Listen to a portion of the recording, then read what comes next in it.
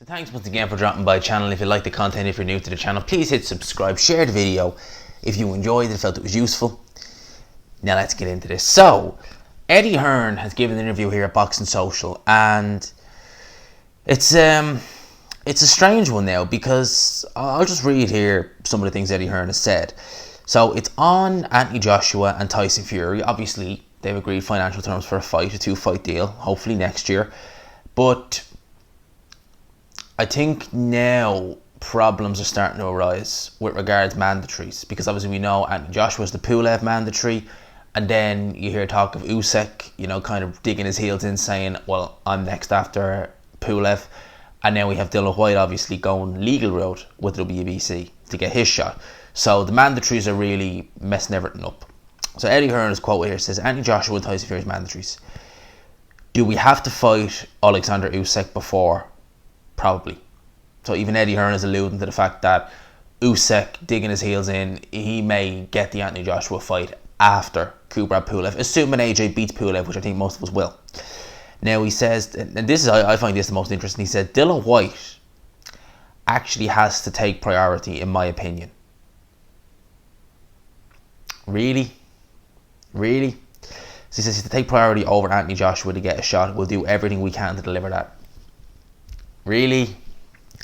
So all of a sudden, Dillian Whyte is taking priority over Anthony Joshua. Part of me feels as though Eddie Hearn has realised now how difficult making this undisputed fight is.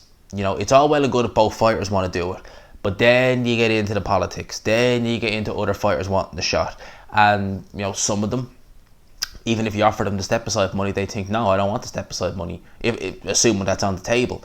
But Eddie Hearn, you would imagine that his number one priority is to get this undisputed fight, and now he's doing a 180 and he's saying, no, it's about getting Dillian Whyte his mandatory shot. And I think a lot of that has to do with the fact that Dillian Whyte is going to go down the legal road to the WBC, because I've said this before, I'll say it again, Eddie Hearn is a promoter, okay? If he takes if he's involved in a court battle with the WBC over one fighter, that is going to hinder his relationship with the WBC for a lot of his fighters. I go back to when Anthony Joshua pretty much just turned pro.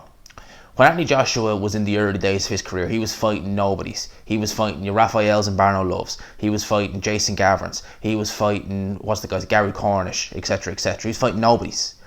By the time he fought Dillian Whyte, Michael Sprott, probably Matt Skelton, they were the best kind of names on his resume. Absolute no-hopers. By the time he fought Dillian Whyte for that British title, going back 5 years this year, he was already number 2 ranked with the WBC. Let that sink in. He fought absolutely nobody number 2 ranked with the WBC. Okay, so it goes to show when you have a good relationship with the sanctions bodies. That's not to say Eddie Hearn has an amazing relationship with the WBC, but I'm sure it's decent. You would imagine WBA seems to be Eddie Hearn's go-to sanctioning body if you look at the history between those two. So, but nevertheless, he was able to get AJ ranked at number 2 before he obviously went out to fight Charles Martin. Okay, do you really think if he takes the WBC down legal roads, he'll be able to get such favourable treatment in the future? Getting some of his fighters who are beating no-hopers so highly ranked? I seriously doubt it. It's a similar situation with Frank Warren in the WBO. Anthony Yarde was Sergey Kovalev's mandatory. He didn't even have to fight a final eliminator. He fought absolutely nobodies, and he ended up getting the mandatory shot at Sergey Kovalev. When promoters have good relationships with sanctioning bodies, they try and keep that because things like that can happen. And as I said, if Eddie Hearn wants to keep that, because, like I said, it's not just one fighter. It's not just the case of Dillian Whyte getting his mandatory shot. It's a case of, thinking down along the line, thinking down the future. He's guys like Josh Kelly coming up. He's got guys, that he's trying to get into the world title picture or maneuver him into the world title picture. And, WBC could be a viable road to go, but that might be closed off. The WBC are going to look at Eddie Hearn and say, well, you took us to court, so, we'll rank you, but we're not going to rank you as highly as we could. Because, obviously, that's kind of the way the sanctioning bodies do it. They tend to make up the rules as they go along.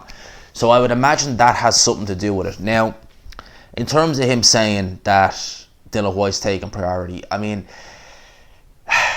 it's like only a week ago since they announced that undisputed fight was being talked about. The 2-fight deal was financially agreed.